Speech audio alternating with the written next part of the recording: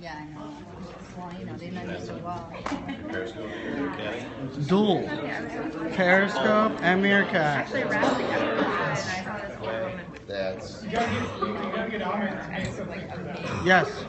Actually, if I had one other phone, I could do the Snapchat side. That'd be good. I'm getting the. I don't know, the lights on So up there. meta.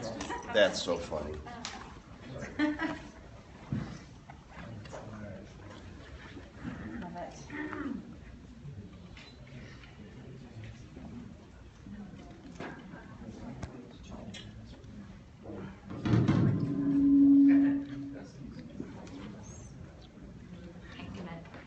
All right. How are you guys doing? We're in San Diego. This is awesome. Let me just make sure that my, what's that? Everybody's mic is on. It's on Meerkat So too. if you have to sneeze, we will bless you.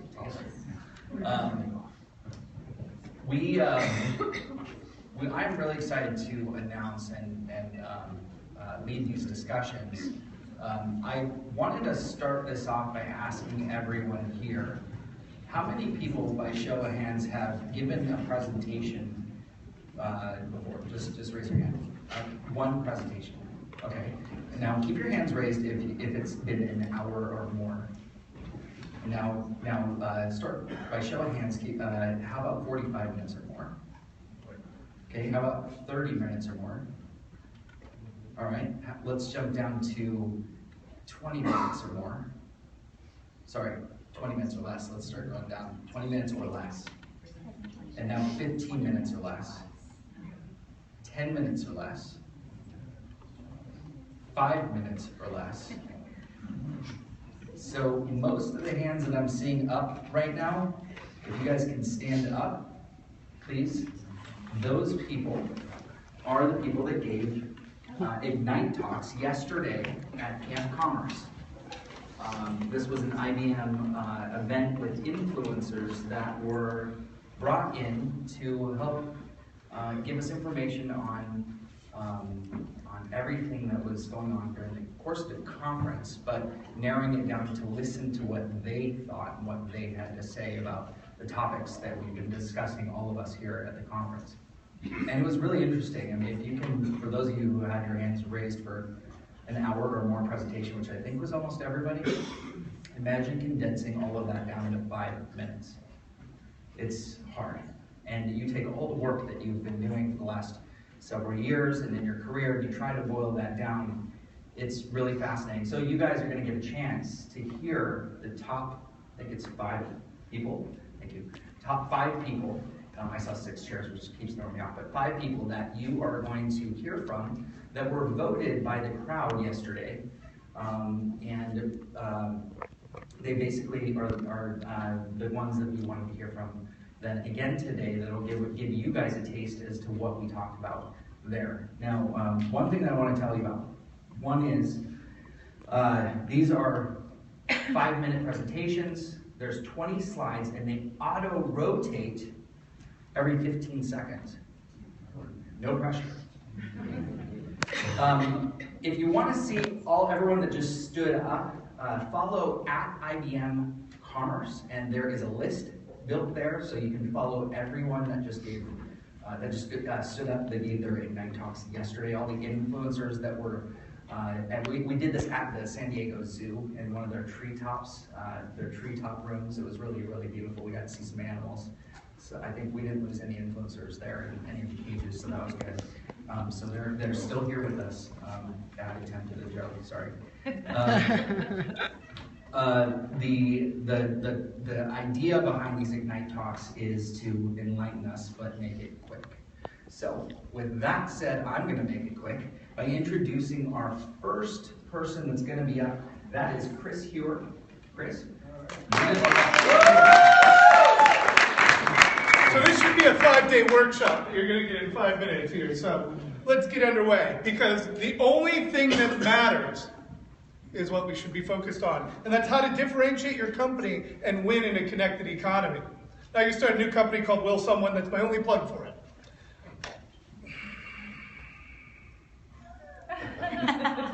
things right is the price of admission.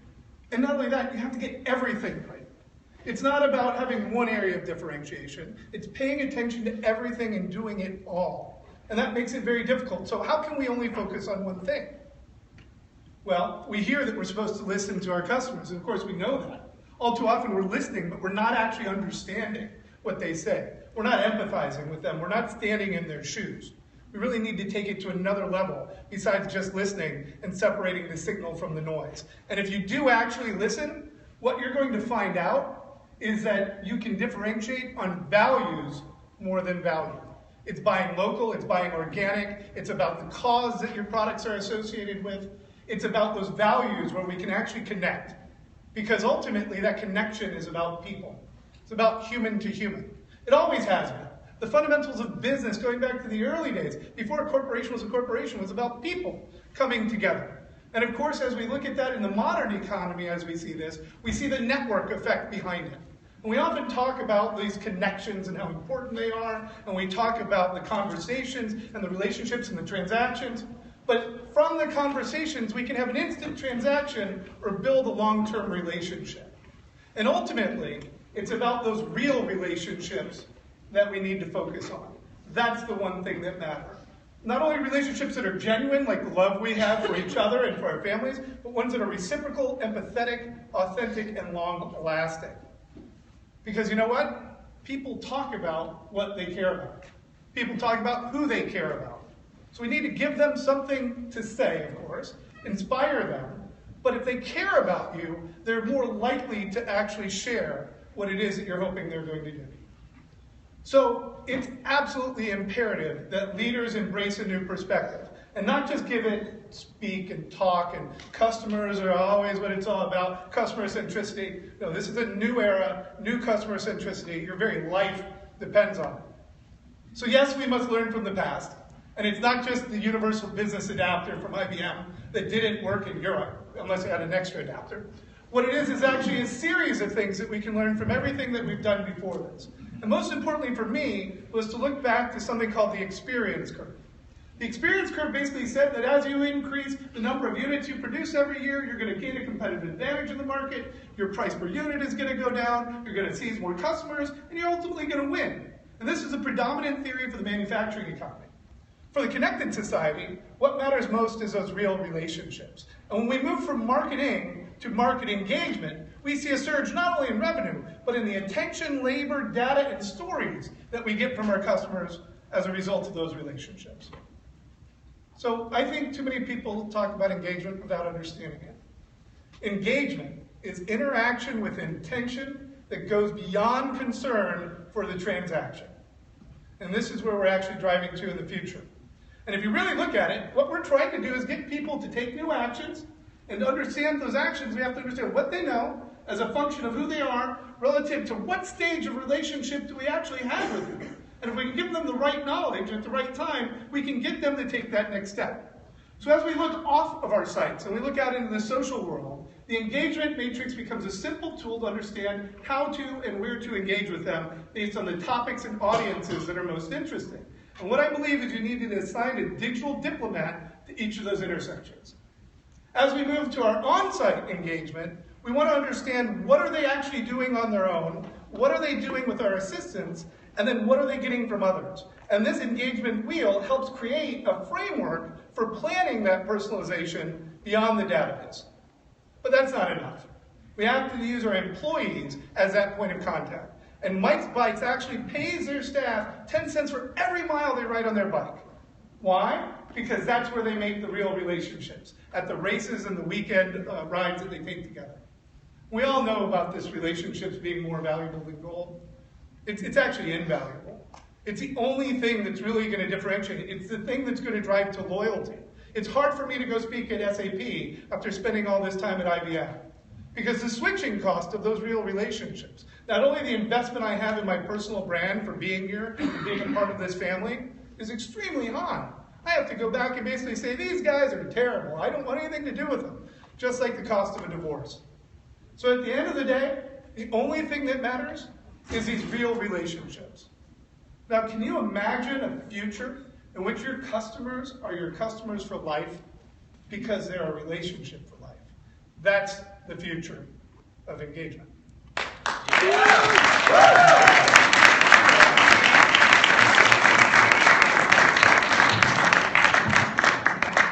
Wow, that was fantastic.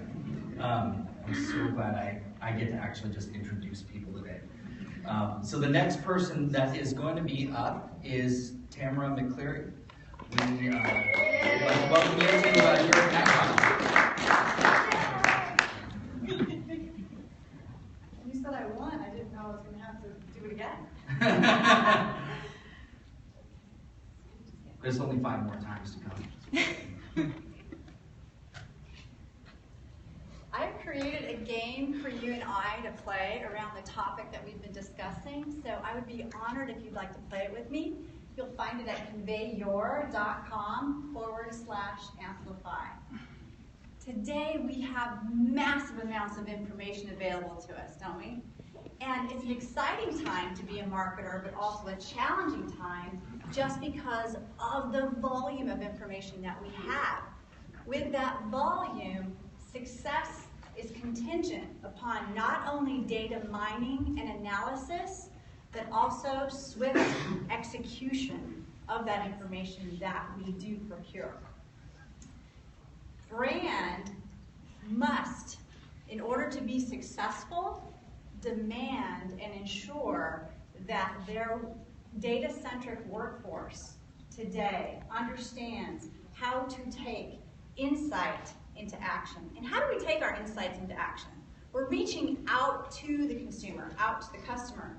And whether that reaching out is perceived as sexy or creepy is completely dependent upon whether or not the consumer is perceiving our actions as lurking and watching and observing, or responding in a way that shows that we care and we understand their desires.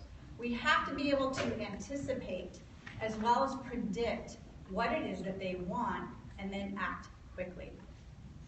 So in acting quickly today with this data that we have, one method that we're using is these targeted ads. Now, targeted advertising can be quite powerful if we use it in a way that does not divulge too much personal information so that others can access the customer or client's information, as well as feeling like we've invaded their privacy. So how are we targeting them? Are we showing them that we just understand them and we care about them and we know what they want? We all know that all of our data is being mined, right? However, there's a huge difference between us knowing our data is being mined and being reminded by a brand about just how much personal information they're taking from us when we do the brand loyalty cards, when we swipe our credit card, when we have our GPS devices monitoring where we are, what we're doing. So it's not just this big data, it's also quick and it's fast and how we respond to the customer. Some sexy brands are Netflix, Amazon, and eHarmony. Amazon knows your next purchase. They're looking at your previous buying patterns, what your preferences are. Netflix knows your entertainment preferences. They know when you've been bored, you fast-forwarded, you've not finished a program, or when you've watched a program more than one time. eHarmony knows what you think is sexy, right? Through their analytics, they can determine who you should marry before you know. If only I had this information before. The analytics are amazing when we apply them quickly.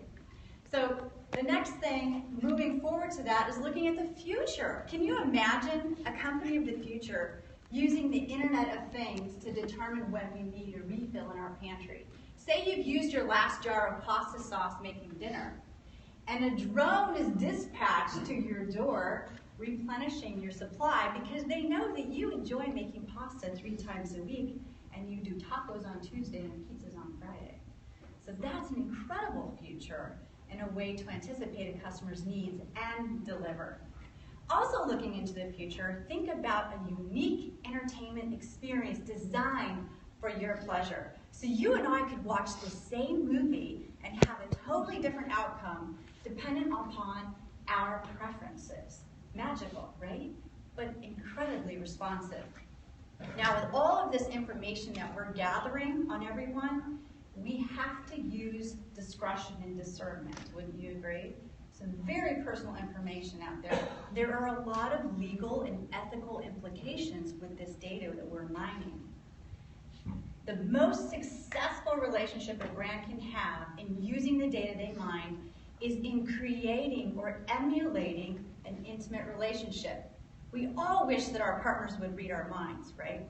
Not creepy, but just understand what our needs and desires are and then fulfill. And this is what our consumers want from us. They want us to fulfill their desires in a safe way that doesn't make them feel creeped out. So a brand is most successful when it harnesses the data and then can create as close an approximation as possible to an intimate personal relationship. And the brands that understand the power of relationship will write the future. All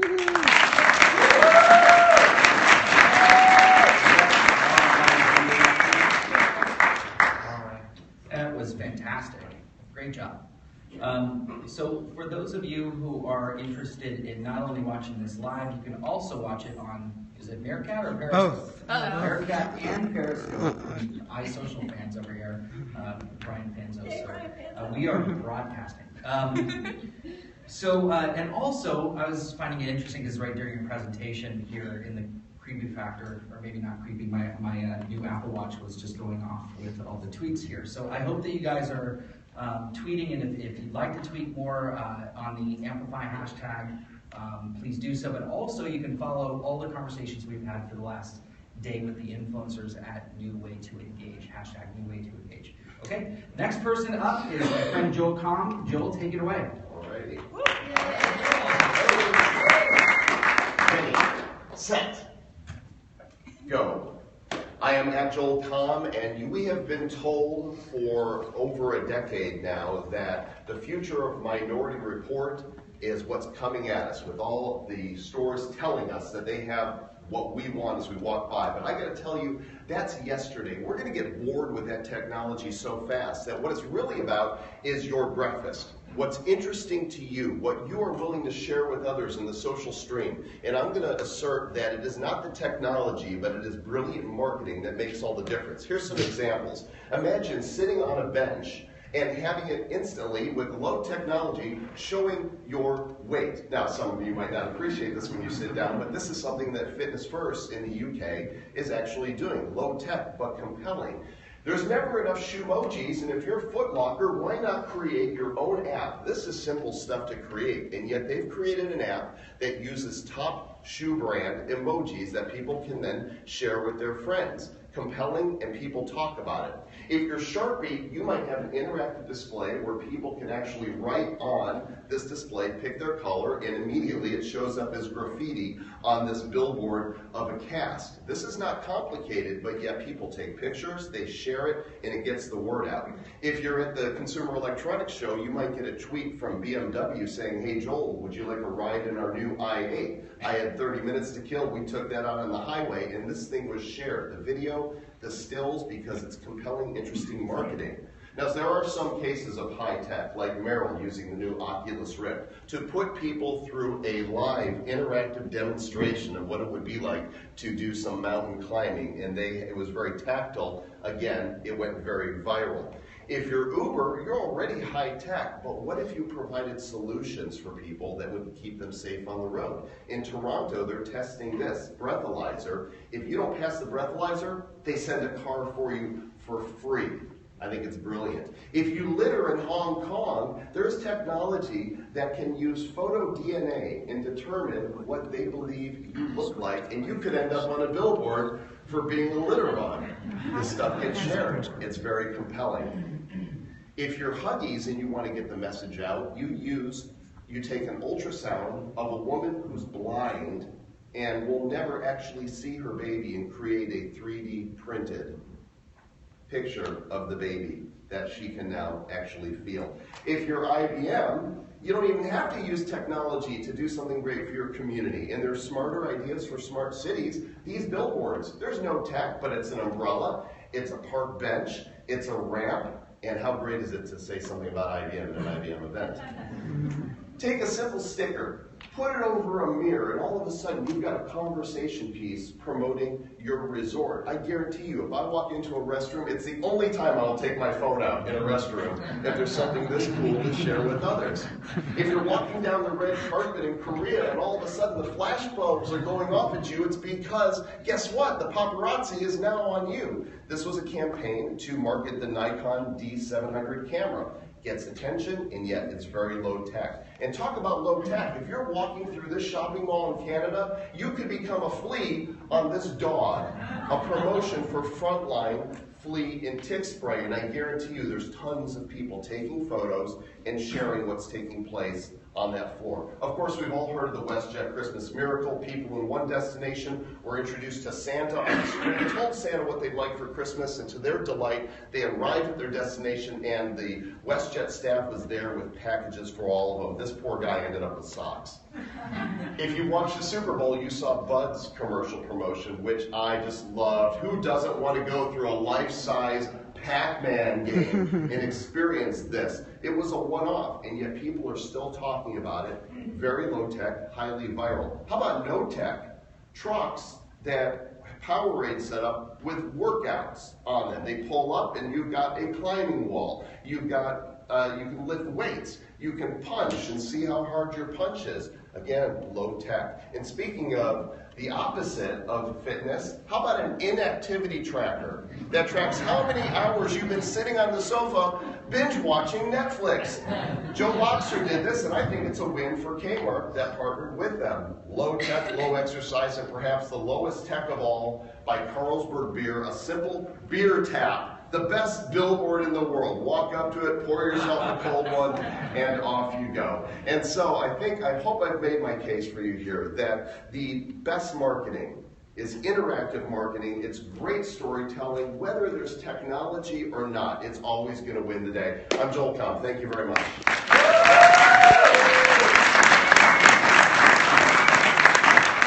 I think the lesson there is when somebody asks you in an airport what you want for Christmas, don't say socks.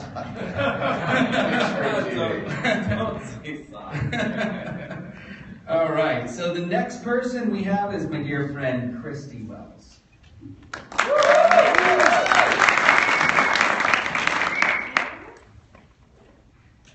And as he said, I'm Kristie Wells. I'm here to talk about a few deeds that Mr. Dudley does that I believe, are really kind of detrimental to your business. And I'll share some examples as to why I think they're detrimental.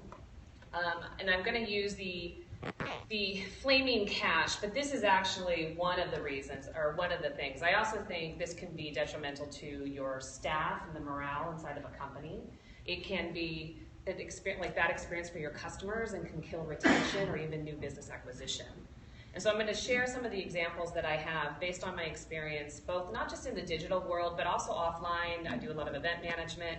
I work closely with the support team as well, and so I'm going to climb all these up, and I have a little question for you at the very end, so pay close attention. I think the first one really is, and Chris tapped on this, and I think this is going to be a general theme of not doing things right the first time and how that really affects your business. You know, I think it's easy to get things done quickly, and it's easy to get things done right, and one hopes that you marry those two on a consistent basis. It's the only shameless plug for my company, but the thing I like about this slide is there's a gentleman that handles our shipments out of the Dublin office, and what he does is ensures that no matter what your experience is, if you order something from our company out of that office, it gets delivered when we promise it to you and on time, and that's very important to customer value and trust. Also a biggie for me is when departments compete with one another. This could be in vendor management. Think of all the different places. Maybe we'll take IBM as an example. Like how many different departments work with the same vendor? I think this comes down to when you're looking at, you know, my experiences as a shopper too. Somebody who does the omni-channel, a buzzword we keep talking about, is Nordstrom. Doesn't matter if I interact with Nordstrom in a retail store, on a website, or in commerce. It's seamless and it's actually very consistent. Two very key things to keep in mind. Another thing that pains me to no end is while I love iRobot as a movie, I don't like iRobots as customer service reps, as social media reps, as CEOs, as CMOs. It's like you really need to be genuine and have human-to-human interactions. I also think don't disempower your employees to do what needs to be done to help the customer. Your social media department might be the only one that's allowed to speak on social media, but if I'm in tech support or I'm in product and I see something that I can help with, let them do it, right? Give them those guidelines, though. There's framework needed. And that kind of ties, I think you look at the case studies that exist. I love throwing Comcast out there because even if they're in the room, I'm sorry, Comcast, I'm not a fan. But I know that I can reach out now on Twitter and get things done faster and better than if I called them. Why is that right? I also think, you can spend all this time and energy training people and you can provide them guidelines to do right, but more times than not in many companies that I've seen, they actually do a lot of guidelines of what to do wrong or what not to do, and they actually punish you for trying to help, and I think that's a big deadly deed. Then we go back to coordination. How many DMs doing, what your department, your product department, which your social department, how do you make sure all those people are talking to another? Because again, it all comes down to the customer experience and how they're interacting with your brand. Again, flaming cash, but all these deadly deeds can really come down. And again, for me, it's a cultural thing, it's a morale thing, it's a customer. Like your customer just wants to be able to buy products or get your service without knowing all the BS that happens inside your walls. You're gonna look at this, it's like how many times can I maybe be telling a customer one thing and somebody else in a different department tells them something else? That's a really shitty experience. Again, it's like you can't sugarcoat it, right? It's like you just gotta take ownership and responsibility to do the right thing. My friend Werner, God love him, I do believe in this quote wholeheartedly. At the same time, how practical is it for you to take all this data in and actually do something? And for me, it's great we have all these tools to bring that in, but what can you do that's actually actionable? Instead of worrying about we have 1 million tweets coming in about our brand in one given day, what do you do with 3 of those tweets? What do you get to learn about those insights about those people that are interacting with you, and how do you turn that into an actual data? So think small, think digestible, and then scale up as you have the resources and team bandwidth to do so. Neil Stacka, grew up with him in my household. He said breaking up was hard to do, and I actually call bullshit on that as well. Because I do think that customers are fickle. Like, if you don't do right for them, there's only so many times that you can give them bad experiences, and that's all they're going to think about your brand, right? And like for me, I'm in a subscription-based business. If we don't give them a good price, or we don't give them good service, or we don't give them the right product, they're going to go to our competitor. And so again, all these things are just trying to help you figure out things that you can do as a person so that you don't become a Dudley. How can you take what you do in your company and your role on any given day and foster and make those really good customer experiences? Now, I've laid out a couple of deadly deeds here. The list could be 300,000 long. So what I'm going to ask for everybody in this room is to use the hashtag deadly deed and tell me, what did I miss?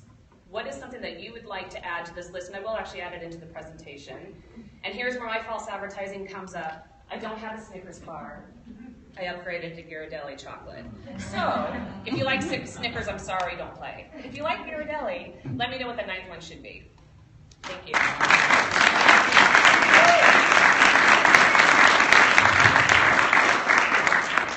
Dear Dudley, please give me the chocolate.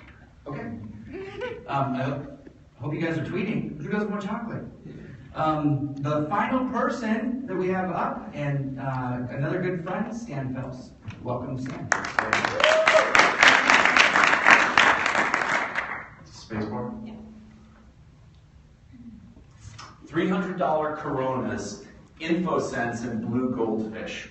I'm going to talk about the customer experience, but I want to start with this. No one meets the expectations of a customer. You either exceed expectations or you fall short. And I believe this simple thing, that little things can truly make the biggest difference. I've actually written 3 books on this: Purple Goldfish, Green Goldfish, and Golden Goldfish. And the reason why is today's customers, their expectations are unreal. I call it the Amazon effect. In fact, IBM released a study. 76% of today's customers expect organizations to understand their individual needs.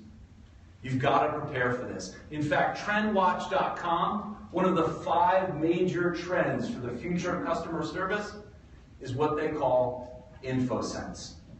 Now, what's InfoSense? InfoSense is the ability to understand the individual needs of your customer. So how do you take the data that you have, how do you personalize the experience, and be able to treat that customer as a person? Now, I've written recently in Forbes about 2 companies that are doing what I call a blue goldfish. They've leveraged the data that they've had and they've built processes to be able to raise the level of their experiences. And those 2 brands are Tory Burch and Westpac. Let me start out with Tory Burch and tell you the story of Doug Logue. 2 years ago, Doug Logue found himself in Toronto at a bachelor party. Not quite the Hangover, but you get the gist. He realizes while he's there that his pregnant wife's birthday is only 2 days away and he hasn't gotten anything. So he starts to panic, but realizes that she wants a pair of shoes from Tory Burch. So he immediately orders the shoes, and then more panic sets in. The shoes are not to be delivered till after her birthday. So he's like, what am I going to do? He gets back to Florida, he rushes out to Tory Burch, he ends up buying a pair of shoes in the store, and that's when he meets Michelle. And as he's paying for the shoes, and Michelle said you can just bring the other ones back when they get mailed, his credit card doesn't work, probably because he was up in Canada. She gives him a Corona and says, we're going to take care of you. Now 2 weeks later, he goes back to the store with his wife, and he gets another Corona. He's got an iPad in hand and a Corona. His wife's doing shopping. Life is good. Another month later, he gets an email from Michelle saying, the shoes that your wife were looking at are now on sale. What's amazing is Tory Burch has a thing called Client Book. And it's the ability to look at somebody's online history and combine it with their in-store behavior. And that's what Michelle was doing. Now, it turns out if you're a Tory Burch customer and you're part of Client Book, your average order is 62% higher than an ordinary customer. They're driving tremendous value. Let's talk about Westpac. Westpac is the 4th largest Australian and New Zealand bank. And each month, Westpac has over 100 million transactions with its customers. It's got this amazing amount of data that they have. And what they've done is something really interesting. They've looked at all of the customers that they have, and based upon their different life stages, the journey that they're all on. And they're being able to understand, based upon different stages of life, what that next product is that that customer is going to need. And they've taken that data, they've overlaid it with that journey, and they've created a program called Know Me. And with the Know Me program, they've been able to anticipate what that next best product is. So right now, for 60% of their customers, they have a standing next best offer, is what they call it. So when that customer now interacts with a bank teller, or they call up customer service, at the end of the conversation, the customer service or the teller says, would you be interested in this product? Now typically in marketing, if you make an offer, it's conversion rate of between 1% and 3%. Westpac is converting 40% of those offers. 40%. In the first year, they drove $20 million to their bottom line. Jack Welch says it the best. There's only 2 keys to competitive advantage. 1, learn faster about your customer. And 2, put those learnings into action. How do you leverage the blue goldfish to turn big data into useful data? Thank you.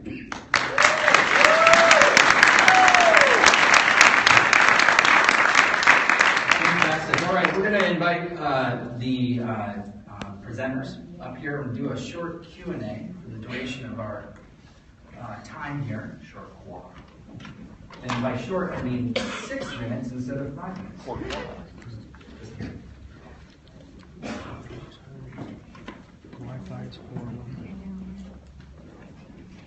So Just real quick while we're kicking this off, because I've got some questions for you guys. But one of the questions I have is, how does that feel to give a 5-minute presentation? Is it as rushed and as it feels? How does that feel?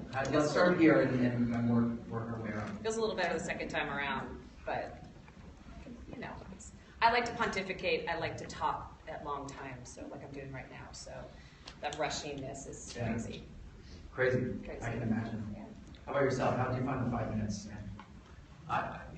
It was a great challenge to be able to try to find the right amount of slides for the length of the stories that you tell. Yeah. And you got to be careful not to do too much or have too little. Mm-hmm. I was lucky. I actually spoke at the second Ignite ever up in Seattle a number of years ago, and I just cheated. I talked about community, and I put 20 community photos all in a line after one another, so I didn't have to synchronize. So this was very hard. Nice. Joel? I told 18 stories in, less than 5 minutes, and that makes for real difficult because there's so much backstory with each one that you want to hear more about. So I had to talk really fast, and now I can slow down. You never slow down.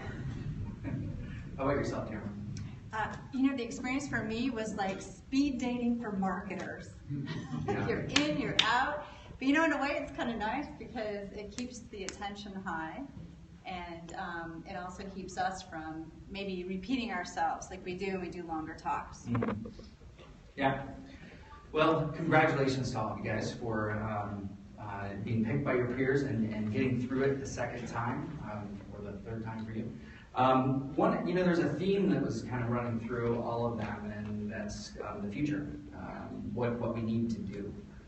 How are we going to take care of ourselves as both marketers, as customers, and in the future. So what I'm curious about is, with the first question, is what's the most important marketing or technology decision that CMOs should consider to prepare for the future?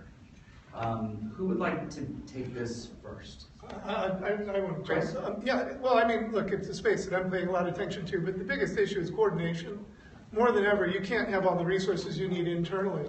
So if you have to provision access and go through a month process to get an agency or an independent contractor attached to your team so you can collaborate and do your work better, you're not going to be able to succeed. So the first thing we've got to do is make sure everyone's literally on the same page, working in the same technology and communication systems, so we can have a chance at success.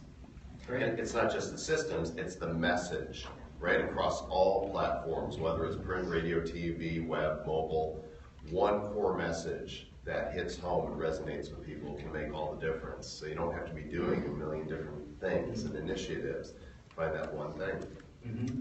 And to piggyback onto both of your points is that communication. And a lot of times our departments are compartmentalized.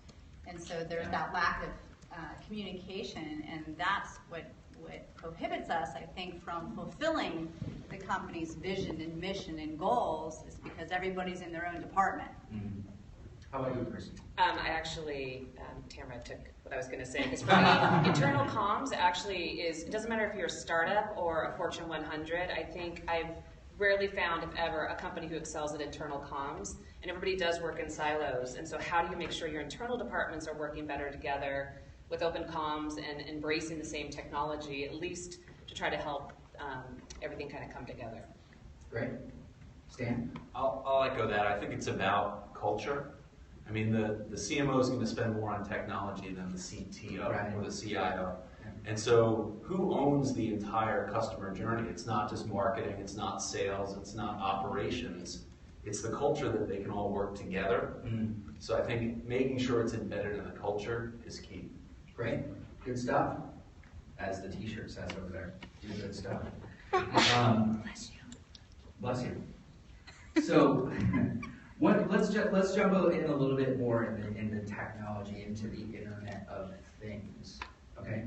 The Internet of Things and new wearable technologies. My new Apple Watch that I just got 2 days ago. I'm still trying to figure out if I like it or not. So far, it seems like a great watch. So, do you think it's hype, or should marketers be taking it more seriously? Why don't we start on this end and work our way down? Yeah, I mean, it's interesting because Ancestry actually just launched an app on the Apple Watch, and my first reaction was, why? And I thought it was interesting because our product team was really excited about it, but for me, experience from our customers are like, they have a hard time using Ancestry on a mobile phone because it's a very visual and it's a lot of detail and all that too. But it's if you take and look at little pieces that you can break down, that I was looking at the big picture. Like, I'm not going to build my family tree probably on my Apple Watch, but I can get notifications, I can get hints, I can get little things that trigger me to then do an action. And so I think every company has to take a step back and see if it makes sense for your company, your product, even your customer base, and then find the ways that you can, even if it's just a small little piece of what you actually do. Mm-hmm. Great. But Stan, how about yourself? I'm going to pass on this one. Okay. So I'm a mentor in wearable world, and Accelerator startup event company up in San Francisco. So I've been spending a lot of time in this space, a lot longer even before this even existed as a space. It's an extension. You know, the idea of the Apple Watch and even the Android watches and whatever is that the watch is an extension of the phone. And this idea of glanceable moments, where we can glance at something and get a piece of information when I need it. So if your company is around a value proposition like that, like health or fitness, which is where we've seen the lead come from, or eventually car, like can do car finding, like where did I park my car, right? Things like that. I think it's a really important space to start playing in and experimenting in for everyone, really, to the extent, I mean, and the one thing about the Ancestry example is that they've started early. So they're going to get the lessons. Is there anything valuable that the customers actually want? Because they're going to have an experience where you go, oh, this sucks the way you did it. But like what would be really great is this, right? So as a part to start engaging in that conversation and discovering and finding the great use and value, I think it's really important. I think I would be wary to spend too much. Can I ask about that real quick though, before you jump in, Joel? Because I think here's the thing, the Apple Watch is interesting where like Google Glass for me was not, and I just wanted to tie in that I think people need to experiment if your company has the ability to do so, but not everybody will. Yeah. And then you actually have to be very pick and choosy about what your demographic will actually use. Ours would never wear a Google Glass, but they would wear a watch. So it has to be appropriate for the audience. There is an app for the Tesla, and you can have your car come and pick you up if you're on private property legally. This is kind of interesting. Can you call your Tesla now? Hold on. Everybody step aside here. You know, I'm an early adopter of all tech. My first computer was a TRS-80 Model 1 in 1980, so I loved tech, and it really dated myself there. And had every iPhone, and I quit wearing an analog watch a few years ago, and I don't need something else that I can lose. And so I think it's kind of like the Microsoft Word syndrome. You put an amateur Word, and they'll give you a document that's got different font sizes and bold and italics, and they're using every feature. And it goes to the point of just because you can do something doesn't mean that you should. You got to make sure that it's going to work for the people who have it. I don't get it. I saw your watch, I looked at it, and in a minute, what did I say to you? Where can I buy one? No. I actually said, I'm bored with it already. So I think you said you were bored with me. That too, but never you. So man, let me just jump in one thing, because I actually have friends who have gone back to an analog watch because they found they were using their phone to check the time. And every time they'd pick up the phone to check the time, they'd see an alert, a Facebook message, dive into Facebook and waste 10 minutes. Yeah. So there's a move back to analog in many ways in this regards as well. Sorry, hold on a second. Yeah. Sorry. How about yourself? So with the Internet of Things, we're not just talking about the Apple Watch, right? Right. That's right. Although we've got sidetracked on Apple Watch, I think with the Internet of Things that to not take it seriously is to put blinders on. And that I would say all of these points are valid, and that you have to use discernment. With any new product, with any new technology, you're going to put it through its paces to see whether or not there is return on your investment there. But I would say with the Internet of Things, it's coming, and it's just as valid, and we have to keep our eyes open. Do you guys remember the time when social media was never going to impact marketing? So I rest my case. Yeah, I have one thing just to say about the Internet of Things is, it's interesting just to go back 12 years ago, and there was only 500 million things that were connected to the internet. So that's one thing for every 12 people on the planet. Fast forward 5 years from now, it's supposed to be 50 billion things are attached to the internet. So you're talking about almost 8 things for everyone on the planet. So it's hard not to think that your car, your dishwasher, everything that you have is going to be connected in some way. Yeah. So you have to start planning for it. And can I say, to Tamara's point too, is I love the Internet of Things, and I love your example about talking about the pasta sauce, because I just think that that's super cool. I don't cook, but I still think it's super cool. But I think for me, I'm still in the disillusionment of tech, because I don't have a robot in my kitchen washing my dishes. Yeah. Right? So it's like as fast as we want it to come, it's, it doesn't ever move as fast as we'd like it to. Right. But remember, we were talking about this last night too over dinner, is that the new technology comes and it doesn't take long for us to stop being amazed by it and instead getting irritated when it doesn't do what we want it to do. So this technology that's coming our way, it's just going to become part of life. And then it's not evolutionary, or it's not revolutionary, it's evolutionary. EVIL, yes. Yeah. Only once the government gets a So hold. let's switch. Let's change a little bit into a new direction into customer service. So let's talk a little bit about the future of customer service, and even still, customer service today isn't perfect, and yet we're talking about the future of customer service. So what do we have to correct now in order to make it a better future for customer service? Why don't we start with Dee right here this time? I think the future of customer service is more that connection that we're talking about. We lost our way there, and where customer service regains its power is building those relationships and being proactive in customer service. Instead of merely just responding to negative input, we're being proactive with customers, and we're anticipating and we're knowing what their needs are. And when there is a complaint made online, we take it offline immediately and we respond there. So it's knowing those customers and creating that relationship, because we have less discord when we have a genuine relationship. Human nature doesn't change, and it's always going to be about going above and beyond to find ways to amaze and delight your customer so that they love you so much that they will then tell their friends, who will then tell their friends. And so on. And so on, and so on. And now we're really Yes, now we know who's old in the room. Chris, What's the question? future of customer service. Future of customer service. Okay, well, I wanted to be fixed on it because there's a lot to say. I was fortunate. I got to do the Zappos tour before they moved into their new building. So I saw the original headquarters and got the tour and learned about their culture stuff. And the one thing that really struck me there about their culture and their success and everything was that every individual was treated with respect for who they were and what they were able to contribute and have their own personality. And as they would say, let their freak flags fly. And I think that the problem with customer service as it's traditionally been done is that robot problem, is that people are put into small cubicles, expected a script, you're going to be rewarded or penalized based on whether or not you meet the time allotted for each thing instead of actually embracing value. We're seeing our systems and processes across the board in every function of our business, particularly here this week, improve to do the right things. When we were walking around the Marriott the other night, we're like, oh my God, look, they've got a community table and small tables for booths. They finally realized how to do a restaurant hotel lobby right, listening to all the things we actually need.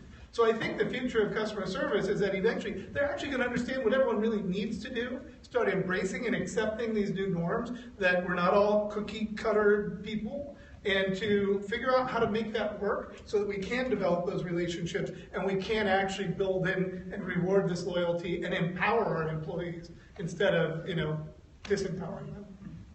Great, cool. So I'm a big believer that there's just two sides of the customer experience. There's warmth and there's competence. And I think what technology is so focused on is more on the competence piece. So how can you make the ability to do business that much easier and that much more convenient? And I think the brands that will win in the end and truly get to the hearts of their customers are the ones that also do the warmth, because that's where you can really make the connection. So it's the brands that will do both that I think that will win. And this is a topic that I'm way too close on, so I'll try to keep it Ignite short. I think there's a couple of different things that I would say is the first is being able to help on whatever platform or channel a customer connects with you on. They might tweet you, they might post a comment on Instagram, they might call you, they might send you an email, they might send a Facebook post, whatever. They might make a YouTube video crying out for help. And I just think that a lot of times right now, brands are so like forcing you to call them or get within your own channel that for me, it's not a good experience. I tweeted to you, that's the platform I really want to connect with you on, please tweet me back. Yes. You may not be able to do everything you need to do on Twitter or through that communication channel, but at least start and try to engage with me there. Yes. And then, again, I talked about it earlier, it's like empowering other employees. I mean, think how cool it is, like you might be in product development and you're at a party with some friends and you're all just talking about this and they figure out where find out where you're working. And the next thing you know, they're telling you about a problem they have. How amazing would that be for you to be able to like either ping somebody at work, I just dated myself, ping somebody at work, or like call somebody, or at least be that conduit to helping them get a resolution instead of just saying, I'm sorry, you have to call my customer service department. So it's finding those and enabling people to be champions no matter what department you're in. And I just want to put out one experience because United Airlines really sucks, and I want to say that everywhere I go. We had a problem with United Airlines a couple of weeks ago flying. They sent us a link.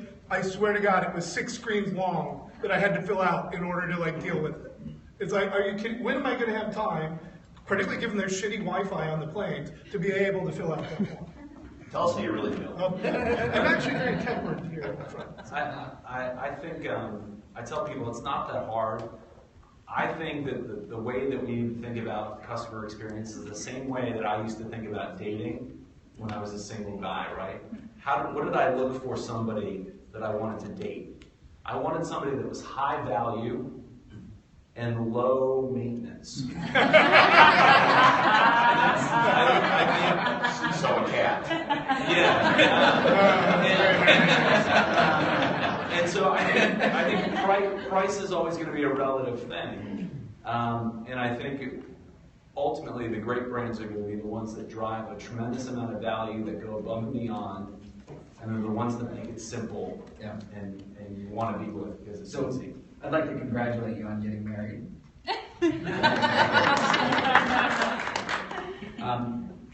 Going to do a final question, and this is just more of a lightning round. You guys are now used to IgniteTalks, so let's make it without you. Let's make a prediction here, and you can make a prediction in marketing, customer service, commerce, cloud, any of the areas that you're interested in. What's one prediction in the next 2 to 5 years, let's call it, that you think is coming that you want to share with the audience? And we can do it in less than a minute each. Why don't we start on that, and let's start over here. I just expect every marketer is going to become a data analyst, whether you want to or not. You just have to be able to assimilate that data, whether it's what a tweet is or what 1 million tweets come in. Great. It's the focus of my next thing is this idea of the blue goldfish. So how can companies leverage technology to actually improve the experience and the relationship that they have? And the ones that are going to do that are the ones that are going to win. Fantastic. My biggest prediction, and we just talked about this actually earlier, I believe that a large percentage of advertising dollars are going to go into labor, because there's no way we can map a customer journey, understand all this stuff, service them, build these relationships, and create value through media buys. It's only people connecting with other people. Retention, not acquisition. So kind of human to human, you would say. Somebody should write a book on that. Someone should. BryanKramer.com. Okay, Joe? I think the more technology we have that is there to allegedly connect us, the greater danger we are in of becoming disconnected and leaving people behind. We have to remember the human factor. It's why I'm so glad to go to events and get out and see people, flesh and blood. Being behind the computer on social media and staying home is not being social. This is. Fantastic. The future? I say the singularity, right? We have computers that are learning, and I think that the future is that these computers are going to learn more quickly and be able to do a lot of things that we don't want to do. and maybe even do it better than we do. I'm a huge Kurzweil fan, but I think the computers are, our learning system, the way the computers are now learning and able to adapt and able to, if you look at what we can do with information now that we couldn't even do 5 years ago, it's mind-blowing. But I'm a total geek, so I love the numbers. And it just blows my mind to think about what we can do with data today and how our systems can learn and adapt. And so I'll be the crazy one to say it's the singularity. Fantastic. Good stuff, everybody. Well, congratulations to, please give them a hand. And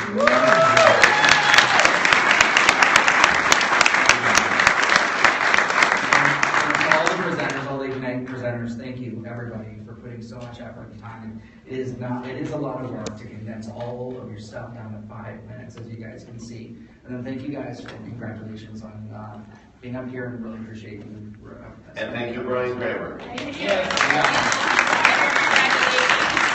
Lori Summers, please raise your hand. Yay! You want to, you're Her deadly Thank you guys. I was appreciate it. not recognizing your smart people or your people's knowledge. Yeah, I want to get all the